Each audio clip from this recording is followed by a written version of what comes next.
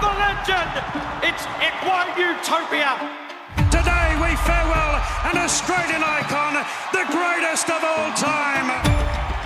Well, calling a horse like Winx is a special occasion. There was a lot of pressure, a lot of anxiety as well, and you realise that when you call a horse like Winx, you'll be heard for the next 100 years. They'll be replaying those races over and over again. Winx is holding on. The great mare completes the great trilogy of the turn.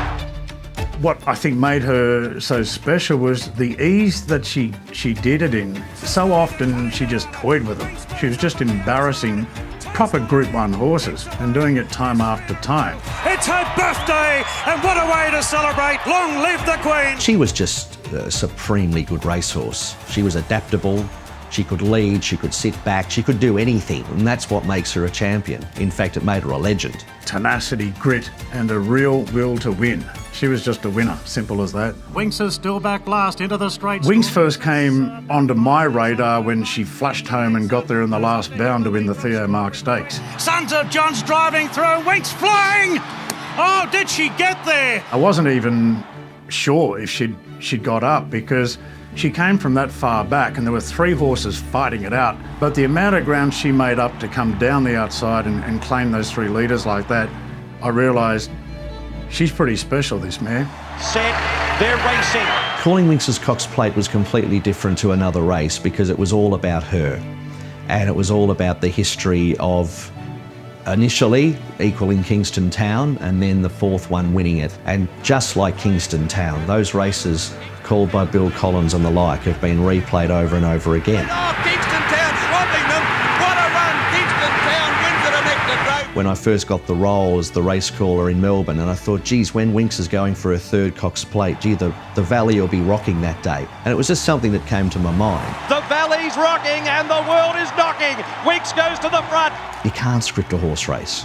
So it's that juggle of having things half prepared, but also having them come out in the moment. Racing in the Doncaster and... Calling Winx was quite a surreal experience in many respects. I think by her 8th, 9th consecutive win, I was hanging back and decided to label her, she's a champion. She breaks all the records today. She's a champion, Winx. But as time went on, calling her brought an enormous amount of pressure, anxiety, because as the sequence continued to go on, I had to come up with something different each time to try and keep it fresh.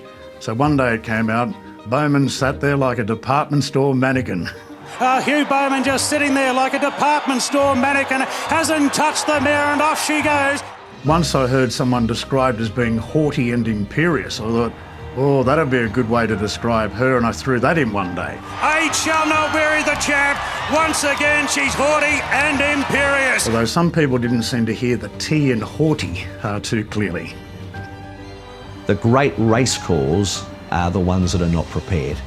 And I still think my best call that I've ever done was Winx's 2nd Turnbull.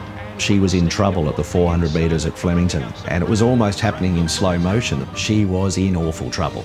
But somehow, she just saw a little bit of daylight, bang. Winx down the middle. Kings will dream at the 100. It's getting desperate. Now Winx is storming home. Winx over the top. Oh, she's too good. They can't beat her. And on the line I said, well, they can't beat her. They simply can't beat her. And that was purely what I felt at that moment.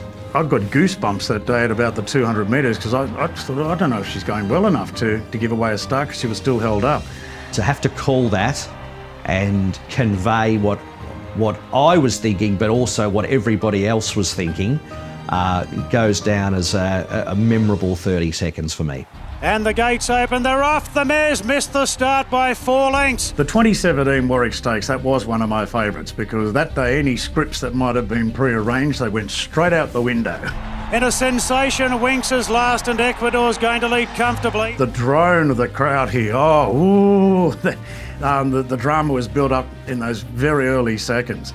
Then, turning for home, Fox Plate zipped up the inside and has established a pretty good break at the time. Fox Plate, the stablemate to Winx, makes the run on the fence. And it was touch and go there. I'm starting to wonder at the 100, will she get there? And I think the call was, it's going to get desperate. Winx is down the outside, it's going to get desperate. Sometimes race callers get a little lean or a big lean.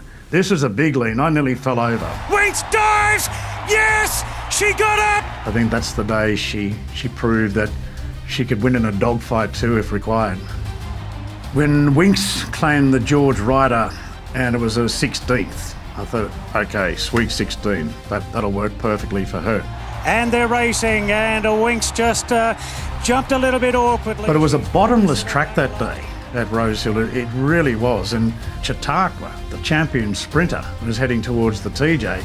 Chautauqua couldn't hold a candle to her. But all conditions, all distances, all challenges. Here's sweet 16 for Winx, making it back-to-back wins in the George Rider. Chautauqua was my all-time favourite horse, and she gave him a caning. That final Cox Plate, the whole racing world in Australia was riding with Winx and felt like we owned her. Greatness! Winx has done it! It's Equine Utopia! You know, one of the great race calls of all time in 1986, when Bone Crusher beat our Waverley Star. And Bone Crusher races into equine immortality. So it was a little bit of a tribute to Bill Collins as well, who was our forefather as a race caller and the greatest race caller Australia and the world has ever seen. And she's put them to the sword, and Winx races away. Mark Sheen was calling her early races, Alan Thomas and Greg Miles. This is a blitz. It's a Winx blitz, and she joins the all-time greats of the turf. 6 race callers in total have been a part of her journey. This is the final chapter of the most illustrious career in racing. The crowd they drew here at Randwick in April of 2019 was a very surreal moment in horse racing, that she was treated like a sporting superstar, a celebrity that everybody wanted to see. It was a massive crowd, and that sea of blue and white, I sort of forgot about the nerves. I was just soaking up the atmosphere, enjoying the moment. Winx is 2 lengths clear. Kluger sticks on. She's well clear, Winx. Today we farewell an Australian icon, the greatest of all time. So the Pierro filly comes along now out of Winx, and how mouthwatering it is to think that the Winx story continues, and possibly I'll get to call the next chapter. There's going to be a great build-up, a great buzz. I hope when her first filly does get to the track that she's got an appropriate name that we can have a bit of fun with. She never panicked in a race, did she? She was unbeatable on the track when she was in trouble, so that's what you want as a parent, isn't it? Unflappable. She'd be a good mum. History is about to happen. History is about to happen.